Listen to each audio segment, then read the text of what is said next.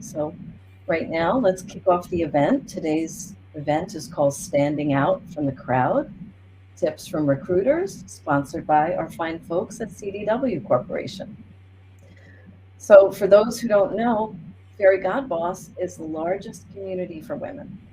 Millions of women come to Fairygodboss for career connections, jobs, community advice, that hard to find intel about companies and how they treat their women, and all kinds of virtual events like this. So we're thrilled to be joined today by Christine, Wendy, and Nick from CDW. So I'd like to invite you to introduce yourselves. We'd like to know what's going on in your life personally and professionally. What's going on in your role today, CDW? So we'll kick it off. We'll start out with Christine. Christine, just you're on mute. Hi, as Laura mentioned, my name is Christine McKay. I'm one of the recruiters at CDW. Very honored to be a part of this. Day to day, a lot of recruiting, engaging, connecting. That's really staying connected. It's really important. Personal, just trying to stay balanced in my life and connected. Thank you. That's great. Wendy? Hi, I'm Wendy Pantano, and I have been in staffing for about 20 years, maybe a little bit more.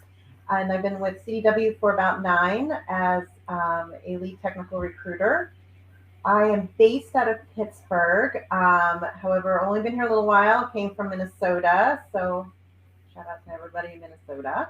And I guess on the personal side, I think just getting ready and hoping spring is around the corner as today's the first official day. Of course, it doesn't feel like it yet, but positive thoughts. That's great. That's right. Happy spring.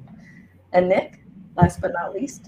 Yeah, I've been with CDW 15 years, and I've always pretty much all but 1 year was focused in the IT space. So focusing on engineering consulting, implementation design type engineering hiring. And I joined CDW when I lived in Chicagoland.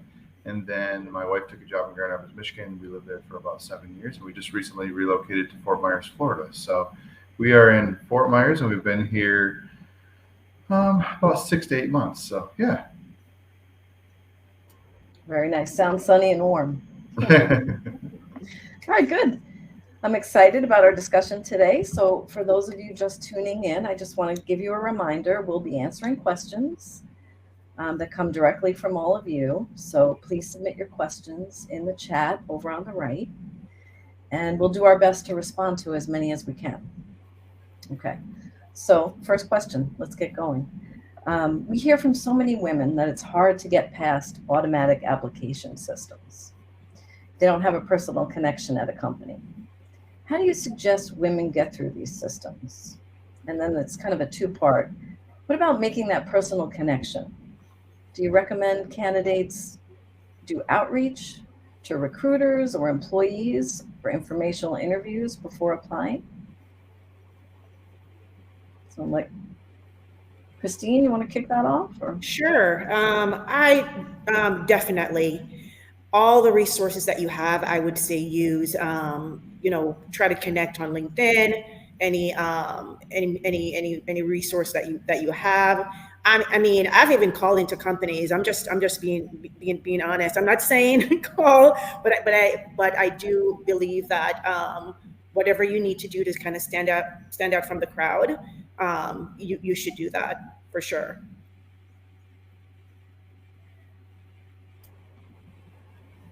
Wendy, did you want to respond to that as well? I guess a couple of points. For the first one, most companies are using applicant tracking systems of one shape or form.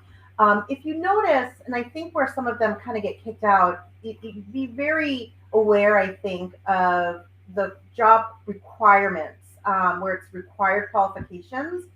If you don't meet them, some ATS systems will automatically decline candidates. So be very aware if you're applying for jobs that maybe you really don't meet those qualifications. It says you need 5 years in a certain area and you really only have maybe a year. Like I said, a lot of those ATS systems will kick you out. But if you do meet, make sure that you're filling out the application correctly. You're not missing anything. Your resume speaks to those qualifications. So that way, when a recruiter does go in, they can see it pretty quickly and easily.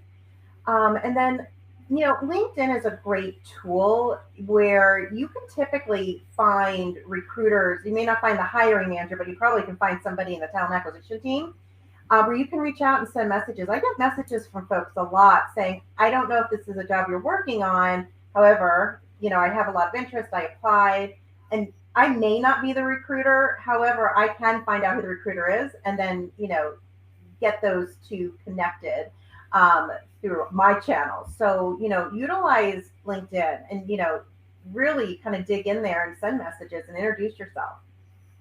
And to piggyback on what Wendy just said, I know that the buzzwords in your resume, right? So if, whatever you're looking for, looking to work in a certain capacity, it's also great to have that buzzword, whether it's a, sales manager or solutions executive, because I do filters, and if you're doing filters for resume, if those buzzwords are not in there, it probably won't populate. Also, I'll jump in there real quick too. In regards to tracking people down, LinkedIn is amazing. The other opportunity too is just straight email. Most companies, you can find how their algorithm is set up. CDW is nick.titus@cdw.com. You could easily search any organization and find out how that's strung together. They're not always exactly. If there's two Nick Tituses, they'll often put an asterisk or what have you. But it's worth a shot to do it that way too. I think that LinkedIn can be very busy at times with constant messages and so on, and marketing pieces and people trying to sell stuff. And I think focusing on getting an email out to that hiring manager or recruiter, I think, is invaluable. Yeah, those are all great points. Lots of hidden tips there that these recruiters are giving out to you. So very valuable. Be jotting down some of those. So some of our audience members submitted questions in advance that they wanted our panelists to answer today. So this next question that I'm going to read is from an audience member. So for someone that has many years of work experience, is more tenured, and is considering reducing their work hours and is open to a salary reduction, they're not getting as many interviews as expected amid their experience. Any advice on how to get past the application stage? So this is a common thing, right? And I talk to candidates that are in situations like this. I think it's something that's easily explained verbally, but like you said, you got to get past that application stage. So, and I'm not saying that you need to, have thousands of different resumes, but if you do have a more of a scaled down resume that shows that you meet the minimum qualifications of the role, just to get that phone call, right? And then you can explain to the recruiter, hey, here's where I am in my career. Here's what I'm looking for going forward. And it's a lot easier when you're having that verbal conversation because you can't really get that through in the application. So, like I said, a more scaled down resume that really focuses towards that job that you're applying for. And then, obviously something that you can then explain once you get that call from the recruiter. I do agree. Even probably make it a little bit more entry level, because sometimes if your skill set is so the tenure, we might immediately look at it and be like, oh, they're way overqualified for the opportunity. And also you could make your summary and your objective more focused in that area that you want to pivot into. To piggyback that, I think the resume is invaluable. Like Wendy said, I think you need to customize your resume to almost every job that you apply for. If you're a senior director at a company and you're comfortable taking a step down, then you can denote that. But I would make it very precise delineation in regards to saying this is what I want to do and lay that out in the resume instead of kind of overselling, because I think that's a red flag immediately. If a job is more of an hourly type job and we don't know, looking at a resume, we can get an idea of tenure, how long someone's been there. But our objective is to find the right person as quickly as we possibly can to support the business. So. Good, great tips. You don't want to be discounted right away, so you have to make sure you can really convey that information on your resume. Sure. Okay. Another audience question we received asks, I have a very diverse background. I had to give up my passion career to support myself. When I interview, I get a lot of people asking about my eclectic background. How do I field this?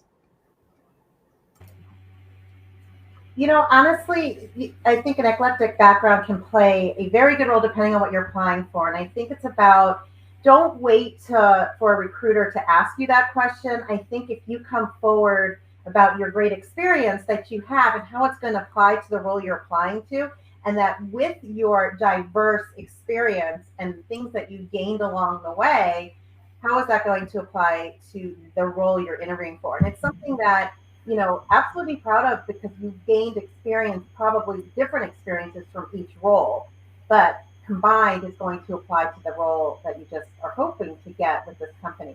So I think if you kind of hit it head on, be confident about it, and really just lay out the skill set of and how it matches to that job.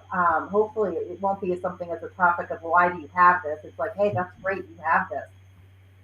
Tenure with any eclectic background, I think, is also really nice. I think a big red flag for us as recruiters is to see people in whatever role they may be in, even if they're very high level roles for very short periods of time, over and over again. There's all sorts of situations out there that you don't have control of, company going out of business, layoffs, those types of things. But if that's a repeat behavior, then that is a red flag. So it can be eclectic, and if you put the time in and to master anything, I think that's invaluable to any job. Again, great points. And I always tell my clients, own your story, whatever it is. Make sure you own your story and you can tell it. So, okay, we have another question.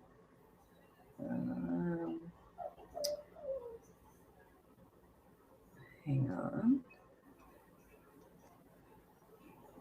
What are your top pieces of advice that you give for acing an interview? So I think my biggest one is know the company you're interviewing with, backward and forward. And in this day and age, it's easy to research a company. Go to the company website, and places that are, I think, interesting to look at are like their press release area. So that way you see like what's currently happening, what are they proud of, what's exciting, what's going on. I think, I have interviewed a lot of people, and it's interesting, candidates that come from the interview with me and don't know anything about CDW, or that they may have seen a commercial on ESPN. It doesn't go very far, because it's like, then why are you applying here? You don't even know who we are or what we do. I think my thing is really know the company. It's important to come and be able to not only say, yeah, I know you were founded in this year and, you make widgets, but really know kind of what's exciting about that company. And I think that will go very far. Yeah. I agree with Wendy, and definitely, as much preparation as I would say as possible. The other thing too is, I think, follow up in the interview world. I mean, there's all sorts of tools out there in regards to STAR method and things you can do. I didn't come up with the STAR method. Basically, it's putting together things that you've accomplished, and then what was the overall issue, and basically how it shows how you solve for problems and work with others and so on. But the other piece I was going to mention is the follow up. I think that's something that's forgot by a lot of people. The follow-up email is great, and I can't tell you how many times that hiring managers were impressed just by a simple note, just saying thank you for your time, and then just a little snippet about the job and why that relates to them, and maybe a little piece of something they talked about in their conversation. Just hey, good luck on your 5K this weekend or what have you. So it just really gives that human touch and really shows that this is a company that I'm invested in and the people as well. Yeah. I would say also how your skill set aligns with the position and how you can be an asset to the company. Make sure you're conveying that. Great. A bunch more great tips from you guys. Thanks. So I'm going to grab a question that's coming in through the comments. And I like this one because, I always say I love all things tech and how tech, connects with what we're doing and in our job search. So one of our participants writes in and says, hang on, I just lost the question. There's, where'd it go? Here it is.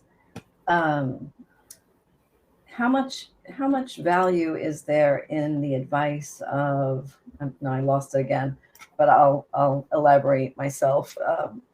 Using like a video platform that gives the applicant like an opportunity to send in a short video about themselves with their application. Have you come across that? Have you been seeing that? I can't say what, or I can't. Well, we do. We have used different tools over the years here at CDW in regards to asking candidates to put together a video, but I can't say that I've ever had anyone put together in a video by themselves and send that to me. Now, some of our roles, we have a program called the ACE program, and then they basically ask the candidate to set up an interview, tell them, they basically walk through the questions, and then a recruiter reviews that. And most of the time, that's because of the high volume. It is an entry-level engineering type role where it's individuals who are kind of 1 to 3 years in the market trying to get into the consulting world. So that's been a fun tool. I think the biggest thing with all of that is making sure you stay extremely professional and make sure your background is professional too. There's been some funny stories I won't get into, but cats walking behind you and red strobe lights and so on. But yeah, so I think it's a cool idea. I've just never had anyone send me a video. I do think it's a cool idea as well. I think putting a face to the name, you almost feel like you know the person more, right? You'll hear, on a phone call, yes, you're connecting, but you almost feel like, now I know who this person is. And to me, at least, I feel like there could be a better connection. Okay, good. Well, that's an interesting question. Interesting. Sorry to belabor this one, but the interesting thing is I'm seeing more and more pictures on resumes. That was a really off limits thing, and I've even had webinars where I'm like, do not put your picture on there. But if it's done tastefully, I can honestly say recently I've ran across a few resumes that did look nice. They tend to be more, I don't know why, but they tend to be more sales driven people that are doing that. The one thing I do say is don't put your birthday social. I have seen that as well. But if you can tastefully do a nice professional picture, it's not a bad thing, I guess. So. Good. Okay, now I have a question from an insider question. So, as a recruiter, what are 3 things about CDW you always make sure to highlight when you're talking to a candidate? So I love talking about CDW. So keeping it to 3 stuff. But I think what I definitely make sure I cover is our culture, because that's something that as an organization we are, I think, very proud of. And I think we work very hard to keep that the culture the way it is. I like to also talk about some of the things that have happened, especially in our last 2 years of our history, because I think it speaks very well to where we came from, where we're going, and some of the exciting things that are kind of coming down the pike. And then the other thing I love to highlight is the opportunity to grow with CDW, because we allow our coworkers to apply to any job they want within CDW as long as they've been in current role for a year. So, our coworkers can really be like kind of the master of their careers here. They don't have to switch companies because they want to switch jobs. The opportunities here, and about 45% of our roles that we post go internal. So those are typically, I think, my top three. I think are the most exciting about CDW. To piggyback off Wendy too, we prioritize internals as well. I mean, internal equity means the world to us. So we look at external candidates, but kind of first and foremost, we look at both referrals and internal folks as well, kind of up front.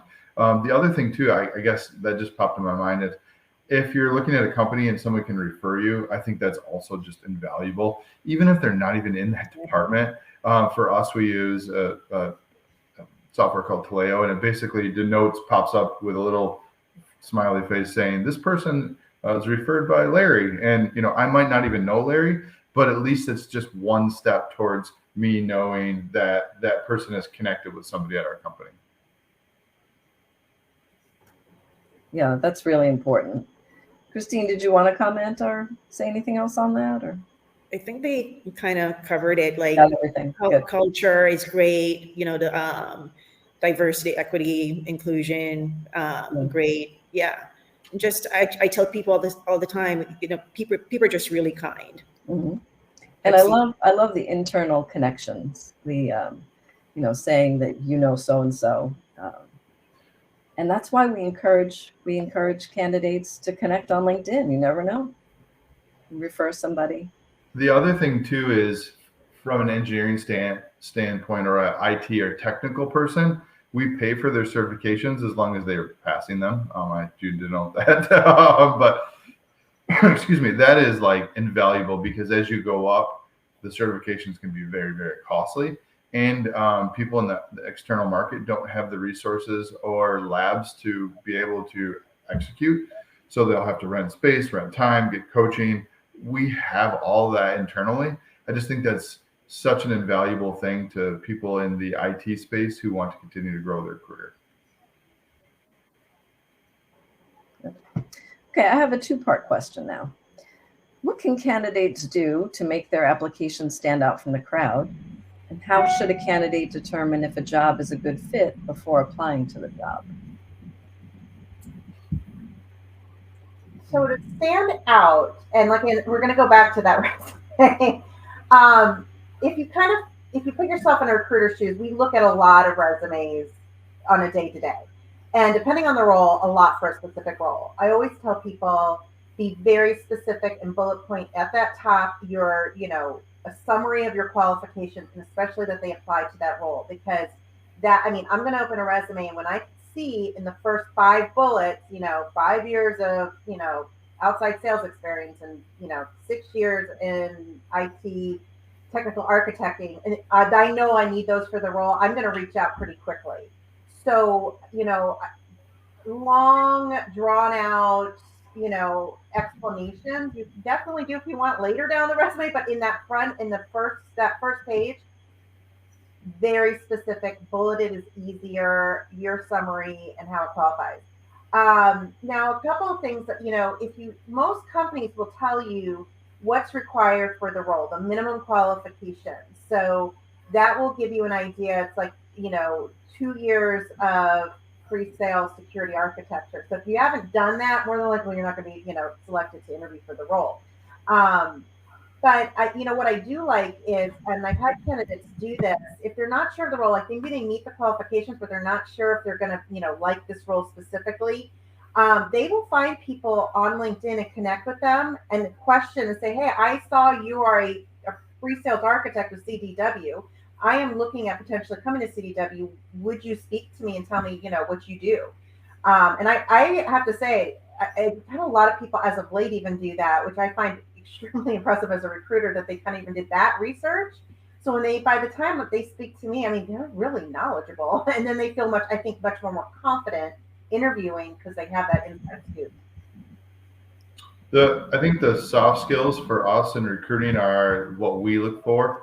I'm not technical in nature. I can string along 2 or 3 sentences that makes it look like I know how to set up a Cisco router, but I don't. So I think we really look for somebody who is able to have that personality, that energy, that drive. I think is huge for us. The technical piece, and can be at a different time with your peer group. So I oftentimes will get on with an engineer, and they want to tell me a long dissertation about the things they've set up, and which I'm glad they're proud of that. But I think that first step of getting to know somebody and why they're a good fit, I think is important to keep top of mind. And if I could piggyback on that, of course, I agree. Summary, objective. One key piece that I would say that I tell people, I don't know if other recruiters do, but definitely align, whatever align what role you're working in, or say, for instance, the job title. Job title, you can change job titles. Say, for instance, you're an account executive. I remember I probably had I wasn't an account executive in another world. What is an account executive, right? So you can say I'm an account executive / an account manager. Change it up, and then when you're interviewing, then you say this was not the original title where I worked, but this is the capacity that I've worked in. Also, reverting back to that, make sure you take off stuff that you've made to apply at other companies. I have received lots of resumes over the year applying for a job at Sony, and we don't work at Sony. So make sure you take Sony off your resume before you send it to CDW. So not to pick on Sony, but. And again, you don't want to word it verbatim to what the job is asking, but kind of put in some of those buzzwords in the resume. Good, lots of good points there. And here's a great question to follow up with all your great advice. Can you share any tips on what not to do or mistakes you've seen people make in the past when applying or interviewing? And Wendy's smiling, so I have to let her go first. Well, it's kind of what Nick said. A lot of companies don't require cover letters anymore, because it is all going into an applicant tracking system, right? It's you filling out an application and a resume. But really be very careful that you're referencing the correct job title, or or the correct company. We do get that a lot. It's like, okay, again, you know what you're applying for.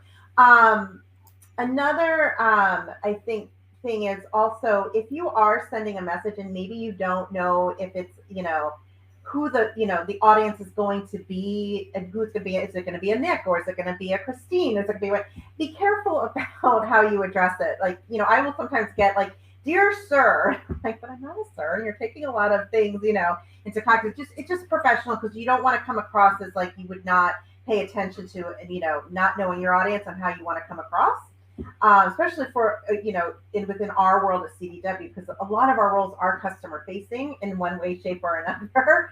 So, those are things we kind of, obviously we look for. It's like, how do you communicate out? Because we do communicate out a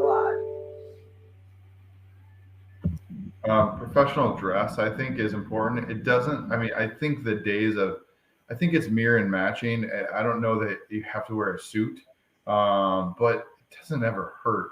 I've never had anybody say, oh, they're wearing a suit, we're not hiring them. So I think overdressing, there's plenty of time to scale back on that. Making sure you're put together, especially in a face-to-face interview. I know those have gone away for lots of different reasons often, but especially when you're on video, preparing a space that's quiet, and also preparing a space that you have internet connection that is fairly high speed. Nothing can ruin an interview more than just blipping out and people walking in the background just distracted. You want to showcase yourself, so having that time to do that without distraction, I think is a great thing. All right. I keep on thinking of like a million things, and then they just keep on escaping me. Maybe it's anxiety, right? But I think one of the biggest tip I've given, and I continue to give it, never speak poorly of the company that you're coming from. That's no, no, no.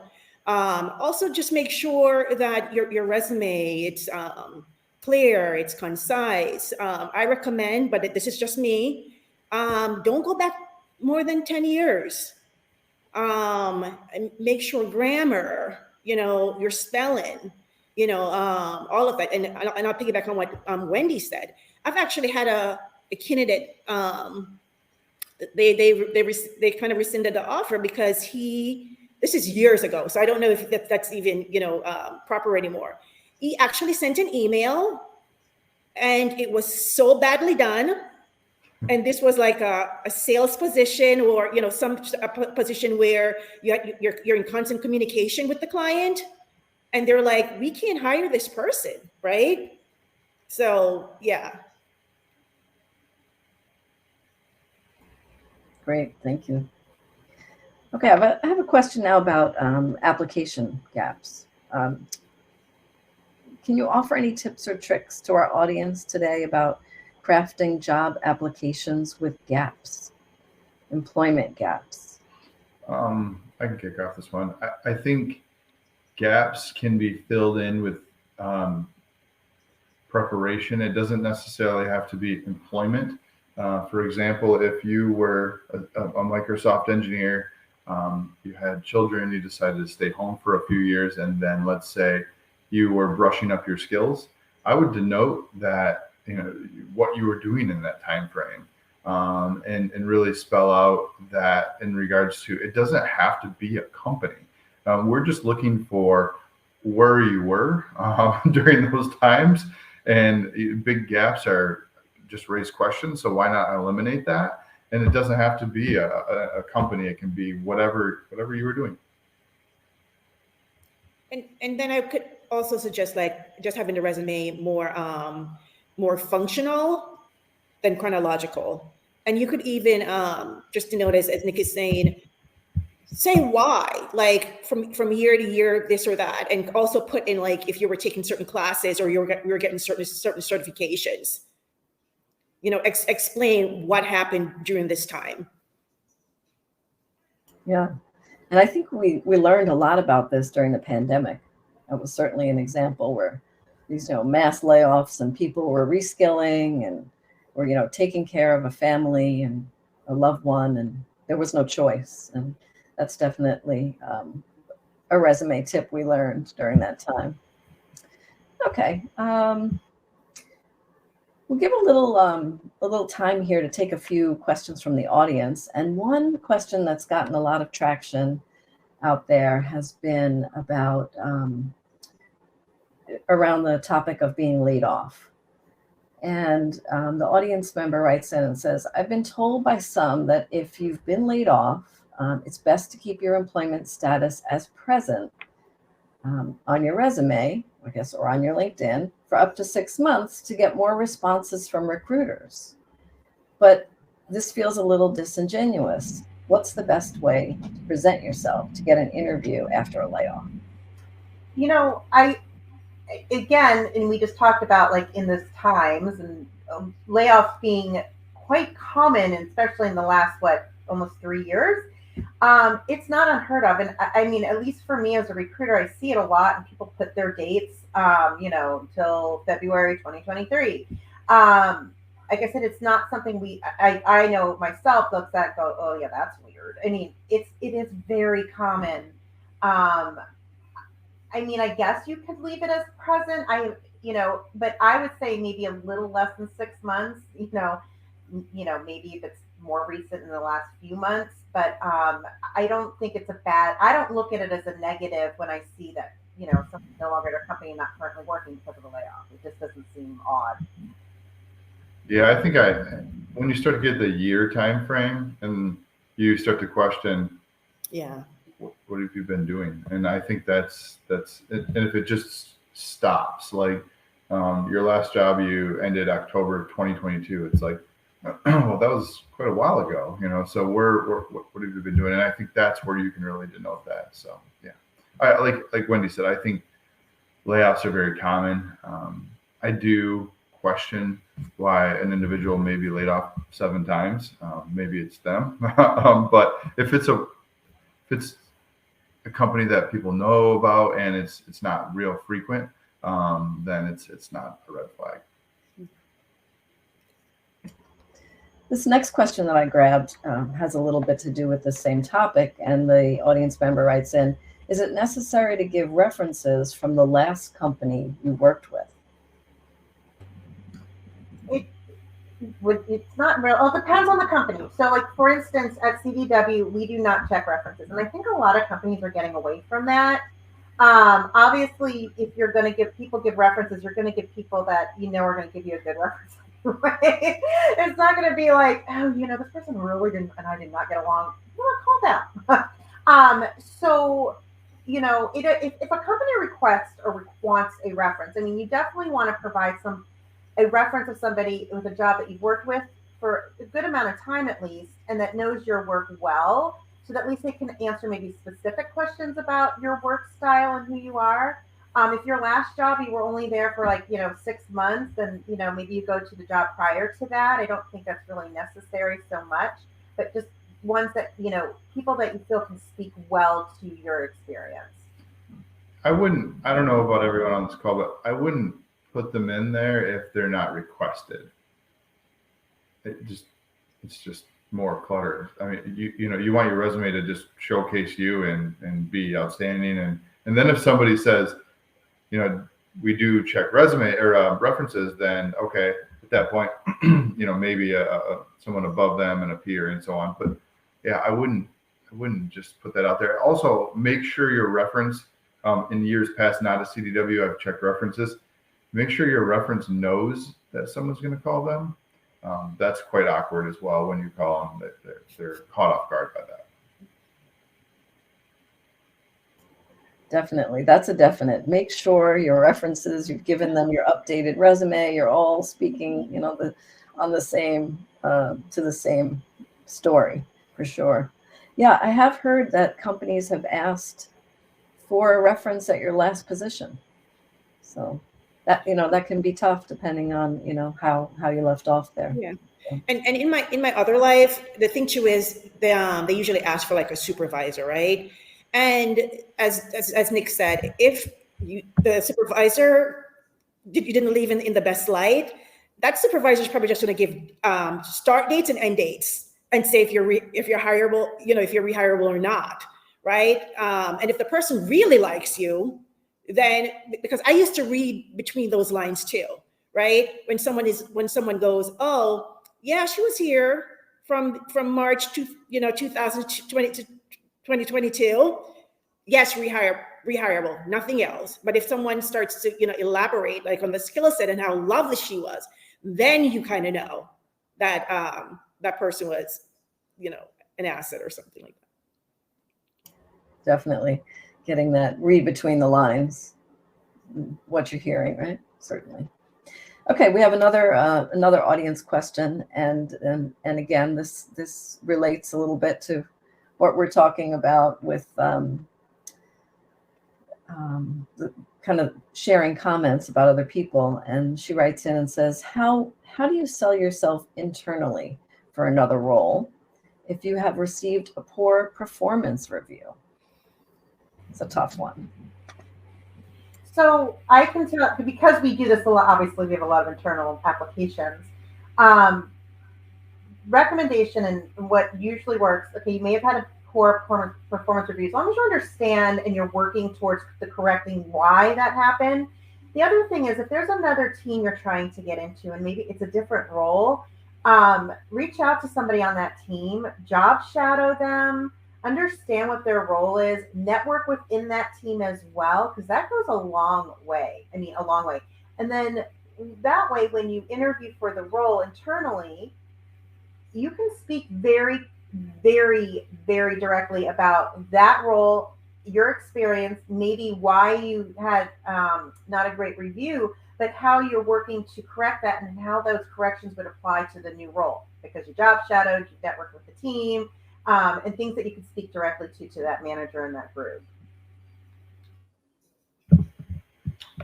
Also have a conversation with your manager about why you're moving to another role internally.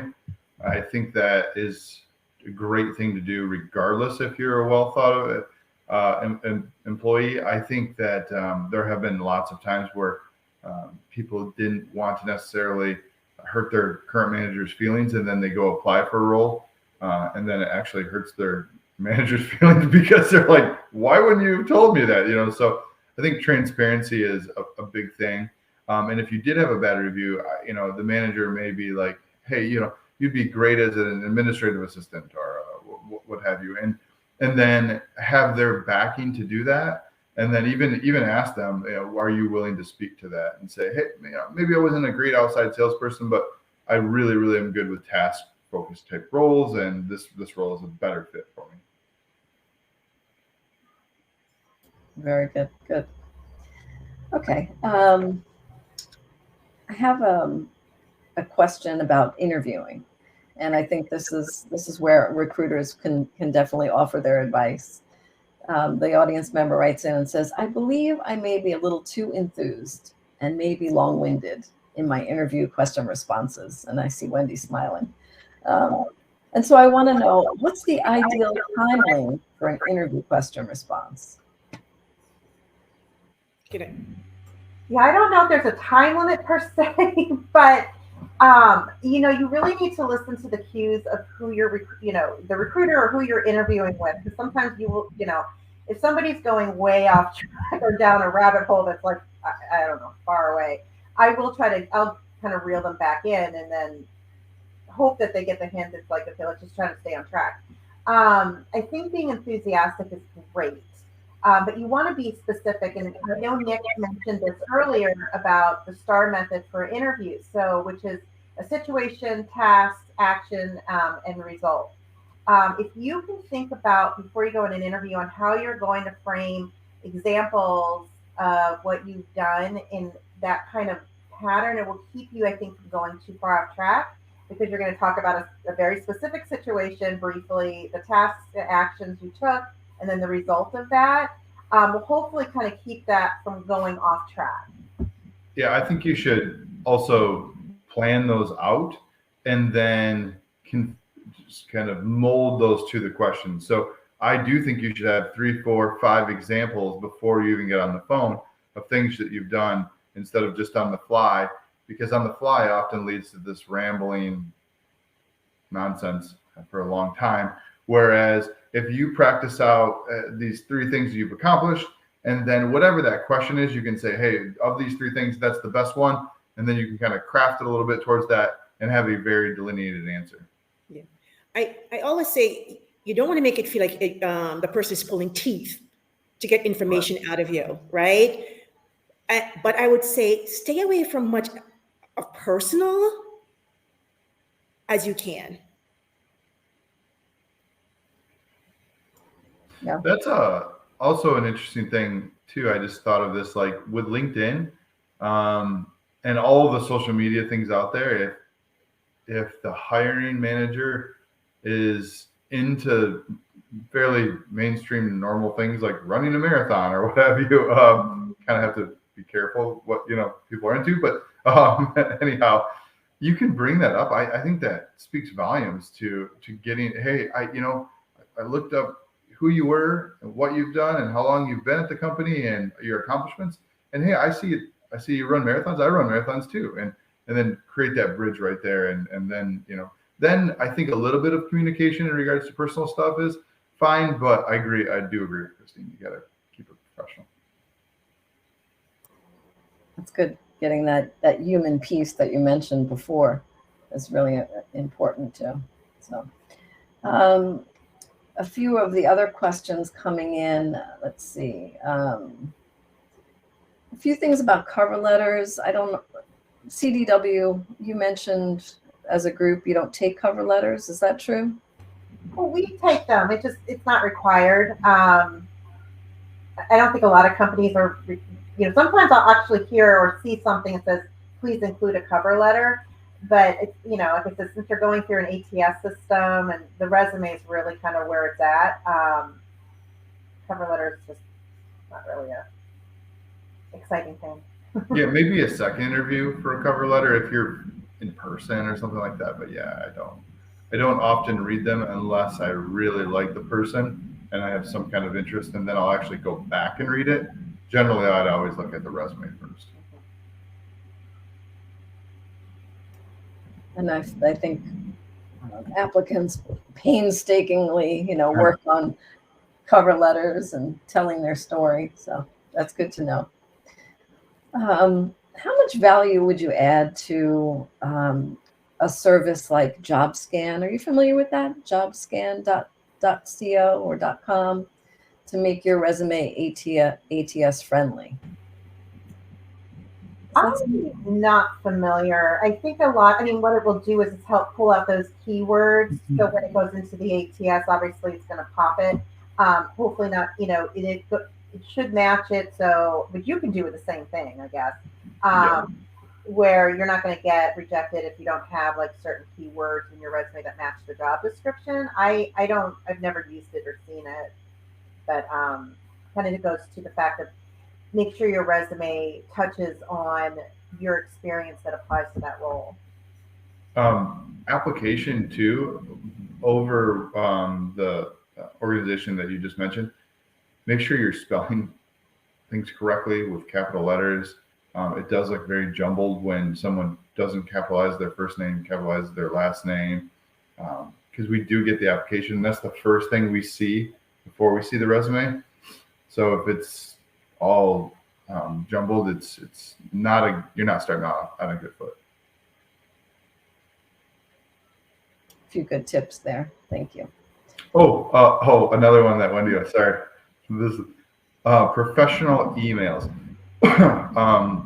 Please do not. That's just a no-brainer thing. Don't put something really, really weird as an email address. Just your name is fine, or your first initial, last name, Google or Gmail or what have you. So be careful about what your email address is. That's a good one. I think you could even make an email address, use Gmail, create a professional email address that represents you. Right. Right. Okay, I have another audience member question, someone with years of experience. So this question reads, what happens when you have over 15 years of experience in a field? However, you don't have a 4-year degree, but they do have certifications in the field and they've been extremely successful. I get booted out of ATS systems because I'm unable to compete in that field. How do you work around that? It depends if it's a requirement for the job where you have to have a bachelor's degree, and it is a question in an ATS, because because it's a requirement. There's really no way around that. If the ATS is directing that question as a required field, right, for determination. Now I probably said this 3 times, but this is a big thing for me. But in the resume, a lot of the jobs that I recruit for specifically, certifications is a big thing and it's common. Again, in those bullets, in the summary of qualifications, lay those out. I mean, especially if you have certifications that apply to that job, seeing that right off the bat helps huge. And I'll tell you, a degree is not required for the roles we recruit for at CDW, but I don't even look. I mean, I'm very much into those summary of qualifications, those certifications that you have that would apply to that role, and right off the bat, and then obviously I will click go to interview. Yeah. You want to go, Nick? Yeah, I was just going to say real quickly that there's nothing you can do that I know of to get around it. I worked prior to being a CDW for a pharmaceutical company for a little bit, and they required a bachelor's degree on some of their roles, and they're just knockout questions, and they get so many applicants that they're comfortable with saying they want someone with that. So yeah, outside of selling yourself, maybe a smaller company you could do that with, but a big Fortune 500 company, they're probably very regimented in regards to what their requirements are. So I'm not sure there's really a way around that. I agree, but I want to say, be very proud too of like your longevity, of your tenure, of your skill set. of your experience, right? And the certifications, and don't feel weird. Oh my God, I don't have my degree, so I'm not going to get this opportunity, or I'm not going to be the best fit. Be very, very proud, because I might be biased, but experience for me is top notch. So I agree. Good. Great. Thank you for that. Again, I look for questions that kind of keep us along a thread. And this person asks, how do you recommend making your work history look good on your resume if you've only had self-employment and gig work as your work history? I, I actually come across this quite a bit, and I think it's not a matter of having as a company, and I know that's a standard for me. Company, job title, years of experience. You can lay it out with a couple different ways. One is, you can lay it out with your experience, not tied to any specific job, just like marketing, and if it's marketing, your marketing experience and skill set, and sales, and then what you've done. And then at the bottom, where you can lay it out as, self-employed, maybe, and then the dates, and then just do those in like kind of just a subset of bullets. But you can also lay it out again, just like any other job. You're still working, regardless of working for yourself or not, or working for a company. You can still lay it out as, hey, this is what I do. I'm a marketing sales manager, self-employed, here, the dates you've done it, and then still bullet out what your experience is underneath it. It really doesn't have to be much different. yeah, I would say also you could make it more functional. As Wendy's saying, if it's marketing, if it's accounting, if it's administrative, whatever it is. And then at the end of the resume, you put the years, and you put like, self-employed, but also put the capacities that you've worked in. If it's admin, if it's accounting, because people find it the diverse skill set, people find it very, very, very valuable, right? Admin, accounting, finance, whatever the case may be. So kind of sell yourself. I'm sorry, I'm using my hands. Kind of sell yourself, your skill set across the board. So we're reading that. And then I would suggest at the end, you probably put the years and then the titles. Right. I think. Go ahead, Nick. Sorry. Oh, to piggyback that, I'm not going to add any to what Wendy and Christine said, but to make sure, one question I often get, especially in the engineering realm, is someone will apply for a full-time permanent role and then try to sell me on why we should hire them as a contractor, and it's not the job. So make sure you're going down the right avenues. I often get people who are like, well, I don't really want full-time employment. I'm a contractor, but I saw this role and I can do it, but that's not what we do. So it's just make sure you're doing your research and that companies would be open to that. Yeah, that even relates back to some of what we talked about, knowing the company and, do they hire contractors? And you're asking for the wrong thing. Just back to this question for a second. A few of the audience members were also talking about this applicant question where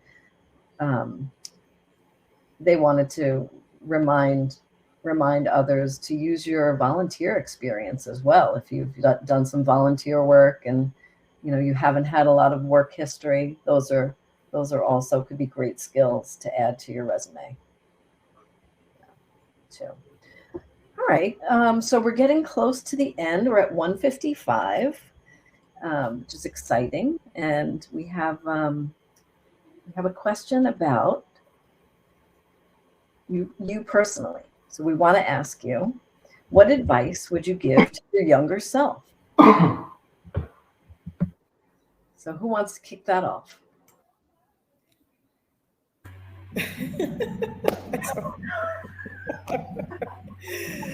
Oh my God. Yeah, younger self. I would say, learn from your mistakes, keep it pushing. Don't ever, give up.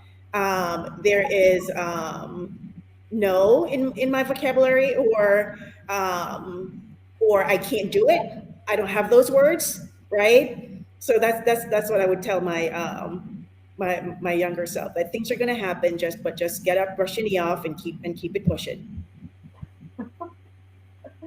I probably would not have listened to myself at all in my earlier. I would have been like, "Yep, move along." I think a lot of it being I think a little bit more aware of my um, career surroundings, if that makes sense. Not because I think remembering how I was when I was younger, very just channel focused and not really looking kind of at the peripheral and things that could go around. Just be more aware of what you could do. I mean, there's other things. It doesn't have to be a straight line. You don't have to keep running for it. Think outside the box of what other things can happen. And I would say try different things as it pertains to career, because I fell into recruiting. If you're customer service focused, if you have a pituitary gland problem, I call that what I have. Try different things, right? As it pertains to career choices. And just be patient. The market changes so much. Even at CDW, we could be, COVID thing, and then 2008, and all these ebb and flows in the market, and just being persistent. And if you want to be someplace, continue to try to move forward there, and because these things change and requirements change so much here too. So that's great. Well, thanks for your advice. I think you never know where your career will take you and what kind of jobs and opportunities and the economy, what's ahead for us. So, good advice. All right, we're just about at the end. I think it's time to just really thank you for being here today, for thanking Christine and Wendy and Nick for joining us and sharing all their fantastic advice, so many great tips. And thanks to all of you, the audience members that tuned in today for the discussion. And just a reminder, we'll be sending out the recording of today's events, along with resources to learn more about CDW. In the meantime, definitely check out CDW's profile on the Fairygodboss. And we'd love to hear your feedback. Feedback's always so important, makes programs better and better, help us improve future events for sure.